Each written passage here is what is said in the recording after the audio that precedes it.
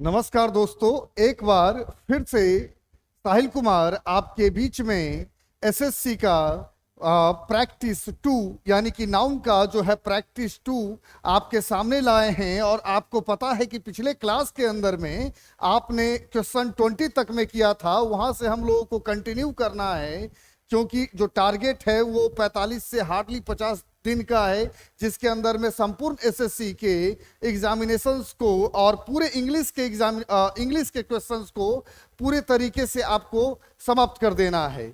तो हम लोग टाइम नहीं लेते हुए और हम लोग क्वेश्चंस की ओर आगे बढ़ते हैं और क्वेश्चन नंबर 21 को देखते हैं। चलिए, बातें होंगी लेकिन सबसे पहले हम लोग सवाल पर आते हैं और कहता है question number 21, my uncle's secretary's wife is very charming. My uncle's secretary's wife is very charming. देखिए, कंफ्यूजन जो स्टूडेंट्स को जनरली है होता है वो आपको दो चीजों में होता है भाई, कि दो चीजों में क्या है। अब यहाँ भी एपोस्ट्रोफी एस है और यहाँ भी एपोस्ट्रोफी एस की चर्चा की गई है। आप जो यहाँ पे जो फर्स्ट में जो एपोस्ट्रोफी एस है वो अननेसेसरली है, उसका प्रयोग हम लोग दोस्तों नहीं करेंगे। यानी कि आप उसको सिर्फ डायरेक्ट यहां पर जब लिखेंगे तो आप लिखेंगे अंकल सेक्रेटरीज वाइफ, यानी कि अंकल की सेक्रेटरी की वाइफ। तो आपका जो आंसर जाएगा वो answer A number. Next question, question number 22 की ओर बढ़ते हैं और कहता है the teacher needed a chalk. The teacher needed a chalk. अब जब चॉक की चर्चा हो रही है तो चॉक आप जानते हैं कि डाइजोल्व हो सकता है, यानी कि चॉक जो है नाउन के भाषा में आपका मटेरियल नाउन है। कौन सा नाउन है? मटेरियल नाउन है। और आप जानते हैं कि मटेरियल नाउन के पहले हम कभी भी आर्टिकल का यूज नहीं करते हैं। तो ये मटेरियल नाउन के पहले जो ए है आर्टिकल है वह बिल्कुल रॉन्ग है, इसलिए जो आपका आंसर जाएगा वह आंसर सी। नेक्स्ट क्वेश्चंस की ओर बढ़ते हैं और हम आप सभी से उम्मीद करते हो कि कहीं भी समस्या, किसी भी प्रकार की समस्या हो तो आप बिल्कुल कमेंट करें। आपके सहयोग के लिए हम खड़ा हैं, है ना। और जिस भी स्थिति में आपको कभी भी दिक्कत हो तो तुरंत आप कमेंट करें, उसका रिप्लाई जरूर किया जाएगा। या कोई बातें जो आपको समझ में ना आती हों आप उसे कमेंट के माध्यम से आप हमें बता सकते हैं कि जिससे हम आपका ज़्यादा से ज़्यादा हेल्प कर पाएं। और ये बिल्कुल आपको जो यूट्यूब के अंदर में है बिल्कुल आपको फ्री कंटेंट आपको मिल पाए। आइए, क्वेश्चन नंबर 23 कहता है I have an urgent work with you. I have an urgent work with you. देखो भाई साहब, हमने पिछले क्लास के अंदर में चर्चा किया है वर्क। क्या किया है? वर्क। देखो, वर्क जो है वो अनकाउंटेबल नाउन है। यहाँ पे पिछले क्लास में चर्चा किया कि वर्क, तो वर्क जो है वह अनकाउंटेबल नाउन है। इसे प्लूरल बनाने के लिए हम अ पीस ऑफ का यूज करते हैं। अ पीस ऑफ का हम जनरली यूज करते हैं, यानी कि ये आपका एन अर्जेंट वर्क में यहां पे आर्टिकल एन जो है वह ईरर है। और यदि अगर इसे हमें प्लूरल बनाना होगा तो अ पीस ऑफ का यूज करेंगे। अ पीस ऑफ वर्क यानी कि एक पीस की चर्चा, और यदि एक वर्क होगा तो अ पीस ऑफ वर्क। और कहता है इसे प्लूरल में कन्वर्ट करना हो तो पीसेस ऑफ वर्क हम जनरली करते हैं, पीसेस ऑफ वर्क। तब ये जाकर ये शब्द आपका प्लूरल बनता है। अदरवाइज आपको एन अर्जेंट वर्क यहां पे आर्टिकल एन का प्रयोग नहीं करेंगे। ये आंसर जो है वह आपका बिल्कुल क्या है? ये बिल्कुल गलत है, आंसर बी। क्वेश्चन नंबर 24 की ओर बढ़ते हैं और कहता है which of the following noun is not an abstract noun. अरे भाई, इसमें से अब्स्ट्रैक्ट नाउन कौन सा नहीं है? अब्स्ट्रैक्ट नाउन यानी भाववाचक संज्ञा, जिसे आप समझते हैं, एक शब्दों में समझे तो फील, जिसे आप महसूस कर सकते हैं। तो अब थोड़ा सा गुडनेस, अच्छाई। अरे गुडनेस, अच्छाई। अब अच्छाई क्या भाई?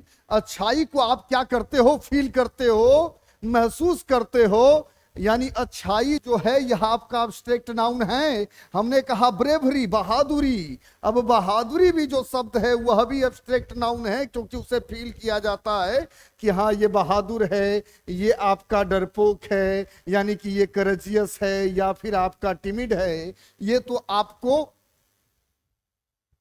फील कर सकते हैं इसको। तो हमने कहा नेक्स्ट में आते हैं फैमिली। अब फैमिली का मतलब परिवार। अब ये फैमिली थोड़ा सा अनकॉमन बुझा रहा है हमको। चाइल्डहुड दैट मीन्स बचपना। अब जब बचपना की चर्चा हो रही है तो बचपना को हम लोग फील ही करते हैं, तो हमारा आंसर ए नहीं होगा, ए नहीं होगा, बी नहीं होगा, भाई डी नहीं होगा, तो हमारा आंसर क्या होगा? C number, family. C number, family. Question number 25 कहता है कि चूज द करेक्ट सेंटेंस। अब इनमें से सही कथन को आप चूज करें, पहचाने, है ना। तो कहता है the shopkeeper sold 3 dozen eggs, 3 dozen egg. अब ये क्यों गलत है, इसके लिए आपको पढ़ने की आवश्यकता है। जब भी अगर YouTube पे वीडियो अगर अपलोड किया जाएगा क्लासेस का, तो आप उसको बिल्कुल ध्यान से देखिएगा, तो आपको बेहतर से समझ में आएगा कि हाँ ये हम क्यों नहीं सॉल्व कर पा रहे हैं। हमने कहा the shopkeeper sold 3 dozen egg, ये गलत है। The shopkeeper sold 3 dozens of eggs, यह भी स्टेटमेंट रॉन्ग है, यह भी रॉन्ग है। The shopkeeper sold 3 dozen eggs, दोस्तों यह भी आपका रॉन्ग है। तो रिमेन बचा the shopkeeper sold 3 dozen eggs. अब देखो 3 यहां पर जो है, आप ध्यान से समझिए कि 3 जो शब्द है बेटा, आजा 3 जो शब्द है वो आपका नंबर है। अब कहता है डजन जो है क्या है, तो इस डजन को हम कहते हैं इस भाषा में मेजरमेंट। क्या कहेंगे? मेजरमेंट। और कहता है ये एग्स क्या है, तो इस एग्स को समझेंगे मेजर्ड। क्या समझेंगे? मेजर्ड। अब मेजरमेंट क्या, मेजर्ड क्या, इसका ब्रीफ डिस्कशन हम प्रैक्टिस क्लास के अंदर में नहीं कर सकते हैं, क्योंकि अगर हम इसमें डीप एंट्री किए तो कम से कम 10 मिनट 15 मिनट का समय एक ही सवाल में जाएगा। तो सिर्फ मैं इतना आपको बता दूं कि ये नंबर, मेजरमेंट और मेजर्ड, नंबर, मेजरमेंट और मेजर्ड कंफ्यूज होता है बच्चा कि अरे भाई एग है, एग्स है, क्या होगा भाई, क्या होगा, कंफ्यूजन में रहता है सारा स्टूडेंट। तो नंबर, मेजरमेंट और मेजर्ड, देखिए नंबर के अनुसार सबसे पहले इसको आप चर्चा करें तो मेजरमेंट इज ऑलवेज सिंगुलर, यानी कि मेजरमेंट जो होगा वह हमेशा आपका सिंगुलर होता है। मेजरमेंट जो है वह हमेशा सिंगुलर होगा, यानी कि इसमें डजन का प्रयोग नहीं करेंगे बल्कि डजन्स का प्रयोग करेंगे। डजन का प्रयोग नहीं बल्कि क्या? डजन्स का प्रयोग करेंगे। अब कहता है कि ये जो एक्स है, ये जो एक्स है, एक्स, ये एक्स बदल रहा है किसके अनुसार? तो कहता है ये जो बदलेगा तो नंबर के अनुसार। किसके अनुसार? नंबर के अनुसार। तो इसलिए 3 डजन एक्स जो है यह आपका सही आंसर है। क्लियर है?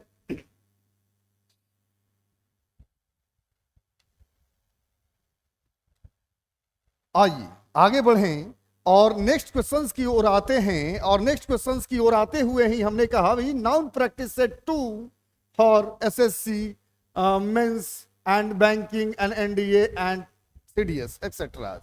चलिए क्वेश्चन नंबर 26 में जब हम आते हैं बच्चा, तो हम पढ़ते he acted not as per my advice but somebody else. अब ऐसे ऐसे सवाल इंग्लिश के अंदर में आते हैं जो बच्चा को प्राण निकालने को रहता है कि अब जाएगा, अब जाएगा। लेकिन कहीं ना कहीं यदि अगर आपने ईमानदारी से, यदि अगर आपने मेहनत कर लिया, ईमानदारी से आपने अगर कठिन परिश्रम कर लिया, तो ऐसा हो नहीं सकता है कि आपका नौकरी कहीं छूट जाए।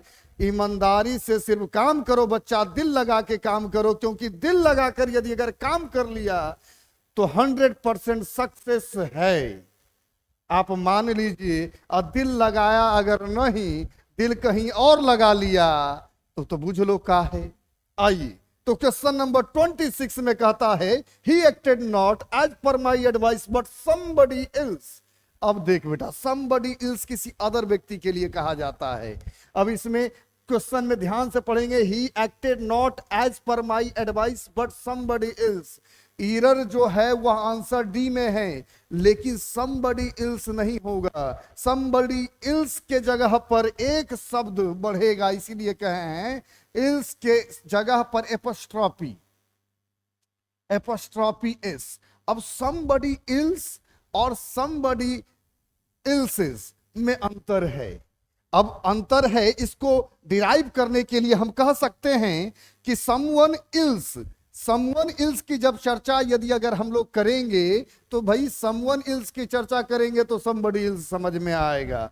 लेकिन ऑन की चर्चा होगी, किसी अपने आप की, ऑन की चर्चा होगी, तो हम जनरली इसमें एपोस्ट्रोफी एस लगाते हैं। Acted not as per my advice but somebody else, उसने नहीं किया लेकिन किसी अन्य ने वो एक्ट किया, वैसे कंटेक्स्ट में आपको यहां एपोस्ट्रोफी एस का यूज करते हैं। नेक्स्ट क्वेश्चन पे आते हैं और आंसर आपका डी नंबर कहता है। नेक्स्ट क्वेश्चन पे आते हैं और question number 27, Pakistan problems are also as serious as that of India. अब देखो, पाकिस्तान के अंदर में फिर से एपोस्ट्रोफी एस है, यानी पाकिस्तान का problems are also as serious as that of India's.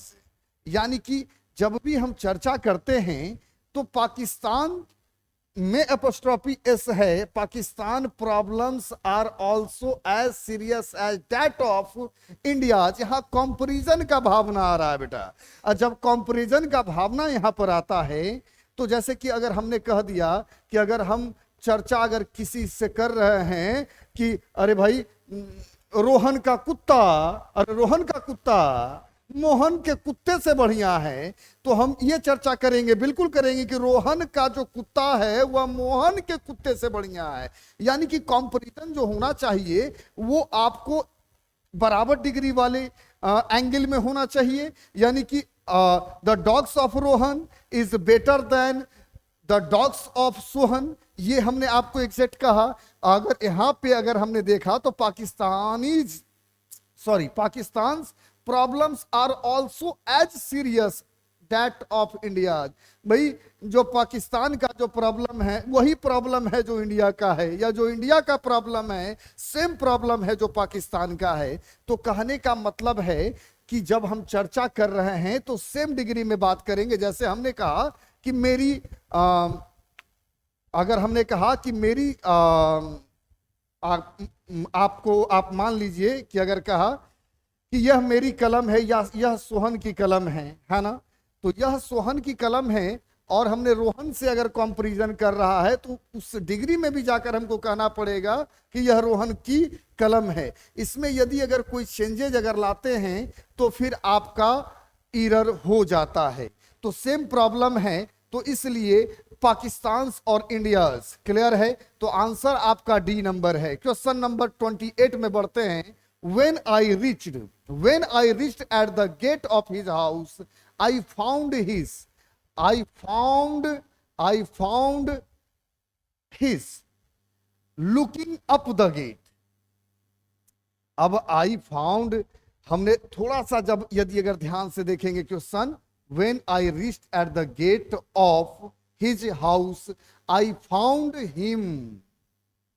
यहां पे आपका प्रोनाउन का आवश्यकता है, और प्रोनाउन दैट मीन्स कि आपका ऑब्जेक्टिव, यानी कि आपको ऑब्जेक्टिव केस का आना कंपलसरी है। तो यहां पे आपका ऑब्जेक्टिव केस का होना जरूरी है। तो यहां पे जो शब्द बदलेगा ये हिज नहीं होगा, यह आपका हिम होगा, और आंसर जो आएगा वह आपका सी नंबर। क्वेश्चन नंबर 29 को देखते हैं। कहता है it is a big blunder but we had to ignore it। देखो, अब थोड़ा सा जब हम ध्यान से देखते हैं तो ब्लंडर की चर्चा हो रही है। किसकी? ब्लंडर की चर्चा हो रही है। और जब भी ब्लंडर की चर्चा होगी, है ना, बिग ब्लंडर, ब्लंडर कहने का मतलब है कि भाई ह्यूज, सॉरी, बिग कहने का मतलब है ह्यूज, और ब्लंडर कहने का मतलब है बहुत बड़ा मिस्टेक। क्या हुआ? बहुत बड़ा मिस्टेक। जब हम बिग कह रहे हैं तो ये यहां पर इरर है, क्योंकि ब्लंडर दैट मीन्स आप खुद समझ रहे हैं उस चीज को कि ब्लंडर का मतलब है कि बहुत बड़ी गलती। तो यहां पे इसके पहले ना ही कभी हम बिग का प्रयोग करेंगे और ना ही कभी हम ह्यूज शब्द का प्रयोग करेंगे। तो ये इस पार्ट में आपका आंसर है, और आंसर नंबर इसका क्या जाएगा? ए, यानी कि ना यहां बिग कभी भी आएगा और ना कभी भी ह्यूज आएगा। क्वेश्चन नंबर 30 कहता है सी gave me a two important informations regarding the SSR death case. अब क्वेश्चन नंबर 30 में कह रहा है भाई कि टू इंपॉर्टेंट इंफॉर्मेशंस। अब देखो, इंफॉर्मेशन को हमने पिछले क्लास के अंदर में आपको पढ़ाया है कि भाई इंफॉर्मेशन जो है वो क्या है। इंफॉर्मेशन भी आपका अनकाउंटेबल नाउन के श्रेणी में आता है। वैसे ही शब्द एडवाइस आते हैं, वैसे ही शब्दों का प्रयोग वर्क का होगा। तो हमको देखते ही पता चलना चाहिए कि टू इंपॉर्टेंट इंफॉर्मेशंस, तो आखिर क्या होना चाहिए? टू इंपॉर्टेंट इंफॉर्मेशंस के जगह पर क्या होना चाहिए? तो यहां पर आप सिंपल शब्दों में यदि अगर करेंगे तो एक शब्द आप कर सकते हैं places of information, sorry pieces of information.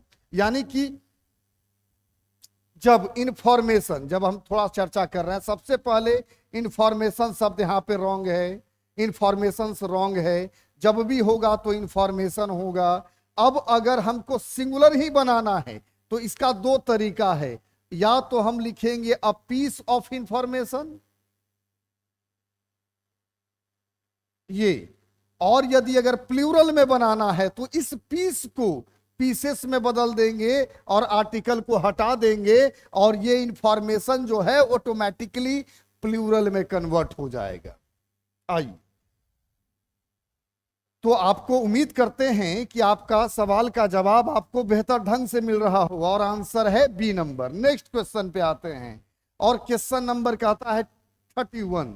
I visited Ram's and Sita's house. I visited Ram's and Sita's house and found the couple missing, and found the couple missing. I visited Rams and Sita's, है ना? तो देखो, ये जो राम्स में एपोस्ट्रोफी एस है ये unnecessary है। आपका आंसर बी है ना? जब भी सही करेंगे तो करेंगे राम एंड सीताज हाउस। तो आंसर कौन सा? B number. क्वेश्चन नंबर 32 कहता है the police have receive two important information. फिर से थोड़ा सा अगर आप इस सवाल को 32 को थोड़ा सा देखिए ध्यान से, तो हमने कहा कि इंफॉर्मेशन को ऑलरेडी हमने कहा कि भाई अनकाउंटेबल नाउन है। अभी जस्ट हमने आपको इस सवाल का सॉल्यूशन कराया, वेट अ सेकेंड, सवाल का सॉल्यूशन कराया तो कहा इनफॉर्मेशन। इनफॉर्मेशन, तो आंसर आपका स्पष्ट रूप में यहां पर जो जा रहा है बी है। इसमें हमको विशेष दिमाग लगाने की आवश्यकता नहीं है, और हम बार बार उसी सवाल को आपको डिस्कस नहीं करेंगे जिस सवाल को हमने ऑलरेडी आपको कर चुका है ना? तो हमने क्वेश्चन नंबर 33 में आते हैं, और कहता है the population of India is divided into two classes, haves and have not. अब ये कर सकते हैं डिस्कशन, ये करने लायक है। The population of India is divided into two classes. कितने क्लासेस में बांटा गया? दो क्लासेस में बांटा गया, एक धनी और एक गरीब लोग। तो कहता है ये हैव्स तो सही है अपने जगह पर, लेकिन बेटा जो हैव है, हैव्स नॉट है, ये गलत है। यहां पे हैव्स नॉट नहीं बल्कि हैव्स नॉट्स, हैव्स नॉट्स। बहुत ज्यादा समस्या होने पे आपको इस सवाल को डिस्क्रिप्शन में डाल भी दिया जाएगा, जिससे आपको भविष्य में हेल्प मिले और आप जिसका प्रिंट आउट निकाल सके। आइए क्वेश्चन नंबर 34 में आते हैं। द समन्स समझते हैं, है ना, जो कोर्ट में आता है, have been issued by the court but he has not yet appeared before the court. तो कहता है यहां पे क्या समन्स का प्रयोग होगा? ये समन्स आपका यहां पर गलत है। यहां जब प्लूरल में समन्स को बनाना होगा तो इसमें सिर्फ ES को ऐड कर देंगे, यानी समन्स में ES को ऐड करेंगे और आपका जो आंसर है बेटा वो मिल जाएगा ए नंबर, है ना। क्वेश्चन नंबर 35 में हम लोग बढ़ते हैं और जब 35 की ओर आते हैं तो the ships of the wheat plant were too heavy for the weak farmer to carry them on his head। अब शिप्स का मतलब आप सभी लोग जानते होंगे। शिप्स का मतलब बोझा उझा समझता है ना रे गांव में, है ना।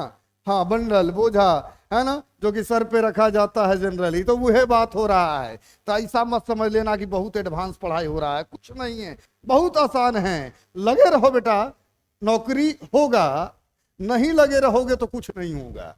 रिजल्ट या तो 100% या तो 0%। या तो जीवन में बहुत कुछ पर कर पाओगे, नहीं तो सीधे अंडा बन जाओगे। अब अंडा बनना है कि बहुत कुछ करना है, ये तो टोटल निर्भर करेगा तुहनी पे। अब तू लोग अगर बढ़िया परफॉर्मेंस करोगे तो SSC चाहे बैंकिंग चाहे CPO किसी भी एग्जामिनेशन को चला बढ़िया से निकाल लोगे, है ना। आइए क्वेश्चन नंबर 35 कहता है the ships of the wheat plants were too heavy for. तो देखो इस शिप्स जो है ना, इस शिप्स गलत है। अब इस शिप्स का प्लूरल जो होता है, अरे यहां F को हटा दो और यहां पे VES जोड़ दो और इसका प्लूरल हो गया, यानी शिप्स। अब आंसर ए नंबर। क्लियर है? बोल रहे हैं, लिख लेना, कॉपी किताब लेकर साथ में बैठना, है ना, शिप्स। तो आइए नेक्स्ट क्वेश्चन में आते हैं और क्वेश्चन नंबर कहता है कितना भाई? 36। मेनी ऑफ द क्वेश्चन, यहां पे इरर है। मेनी ऑफ द क्वेश्चन की मेनी ऑफ द क्वेश्चंस। अब मेनी के साथ तो जाहिर से देख लेते हैं, आगे कुछ गलत कहीं छूट उठ जाए तो कह देगा कि सर जी गलती पढ़ा दिए हैं क्या, इसलिए चेक कर लेते हैं। ठहरो। Many of the question appeared in this question paper are too difficult to solve. अरे देख, यहां पे कुछ नहीं होगा, यही होगा जो हम बोल रहे हैं। मेनी ऑफ के बाद में नाउन जो होता है वह प्लूरल होता है और क्वेश्चन नहीं बल्कि क्या, क्वेश्चंस होगा, है ना। तो क्वेश्चन नंबर आपका इसका आंसर ए गया बेटा। चला नेक्स्ट क्वेश्चन में आते हैं और 37 में आते हैं। कहे हैं कि हर एक एक टाइप का क्वेश्चन करवाएंगे, एक एक टाइप का, और जितना भी नाउन का सवाल आता है सीरियल में पीटी के अंदर में एक एक सवाल का निचोड़ करवाया जाएगा, है ना। तो हमने कहा भाई कि all his sister in laws are extremely cooperative and she doesn't miss her real sister at all. लो, ऑल सिस्टर इन लॉज। अब सिस्टर इन लॉ का नाम लिए, अब वाइफ का फोन आ रहा है कि कब आइएगा। अब जब पढ़ा लेंगे तभी ना आएंगे हो, है ना। जाने दो वाइफ को, करने दो कॉल, पढ़ो चुपचाप तुम लोग। All his sister in laws, तो हमने कहा इन लॉज नहीं होगा कभी भी। इसको बोलते हैं बेटा कंपाउंड नाउन। क्या बोलते हैं? Compound noun. दो प्रकार का नाउन है, एक कंपाउंड नाउन और एक सिंगल नाउन और दूसरा कंपाउंड नाउन। कंपाउंड नाउन का अर्थ यही होता है कि एक से ज्यादा शब्द अगर उस शब्द में जुड़े हों तो वो आपका भाई कंपाउंड नाउन हो गया। अब यहाँ पे देखो थोड़ा हाइपन है, सिस्टर अलग, इन अलग, लॉज अलग। जब भी कंपाउंड नाउन आएगा, कोई भी कंपाउंड नाउन आएगा और कभी भी आएगा तो हमेशा सिंगुलर फॉर्म में होगा। तो ये लॉज जो है ये आपको कंफ्यूज करने के लिए दिया गया है। लॉज नहीं होगा, लॉ होगा। देखो एग्जामिनेशन में वही नहीं करेगा, अब सिस्टर को सिस्टर्स में भी बदल देगा। ले अब समझो, सिस्टर को सिस्टर्स में बदल देगा तो उस स्थिति में क्या होगा? गलत होगा। तो आंसर आपका ए नंबर। आइए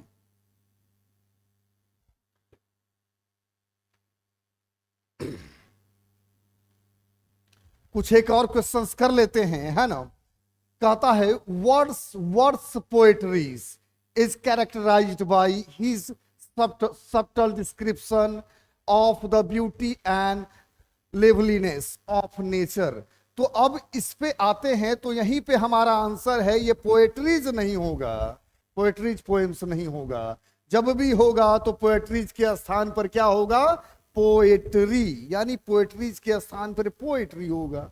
तो यहाँ पे आईएस यानी प्लूरल फॉर्म वाले शब्द को बिल्कुल हटा देना है। आगे हम चर्चा करेंगे और इस प्रकार के सवाल में। तो आंसर ए नंबर कहता है question number 39, env strikes a woman, a woman when she sees her husband talking to another woman।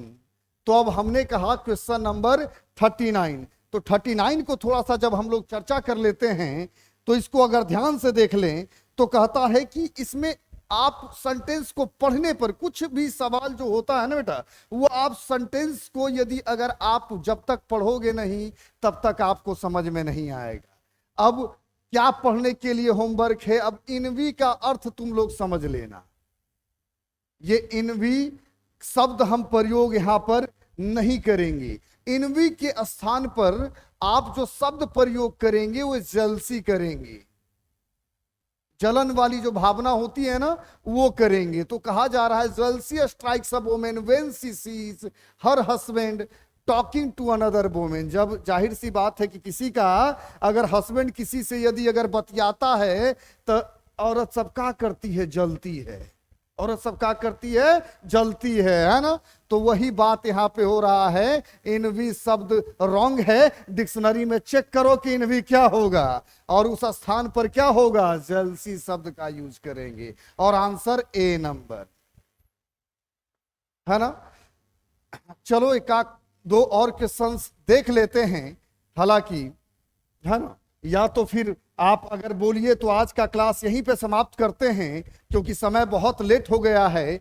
और हम लोग नेक्स्ट वीडियो में हम लोग मिलेंगे और आगे का डिस्कशन इसके साथ किया जाएगा कि भाई यहीं से कंटिन्यू किया जाएगा। कहां से भाई, 40 तक यदि करा दिए हैं तो 40 के बाद 41 से लेकर लगभग 60, 65, 70 क्वेश्चन तक में कराए जाएंगे, है ना। तो आज का क्लास यहीं पे समाप्त करते हैं और हम सभी लोगों से उम्मीद करते हैं कि यदि अगर बाबू पढ़ाई बढ़िया यदि अगर लगता है तो देखो, पढ़ाई अगर बढ़िया लगता है तो एक लाइक, एक शेयर और एक सब्सक्राइब करने में आपका कुछ नहीं जाता है। आप थोड़ा सा करिए, हम लोग उससे ज्यादा करेंगे। आप 2 कदम बढ़ाइएगा, हम लोग 10 कदम बढ़ाएंगे। और हम उम्मीद करते हैं कि अगर कोई भी समस्या होगा तो आप हर एक बातों के लिए आप कमेंट करेंगे और हम उसका रिप्लाई जरूर देंगे।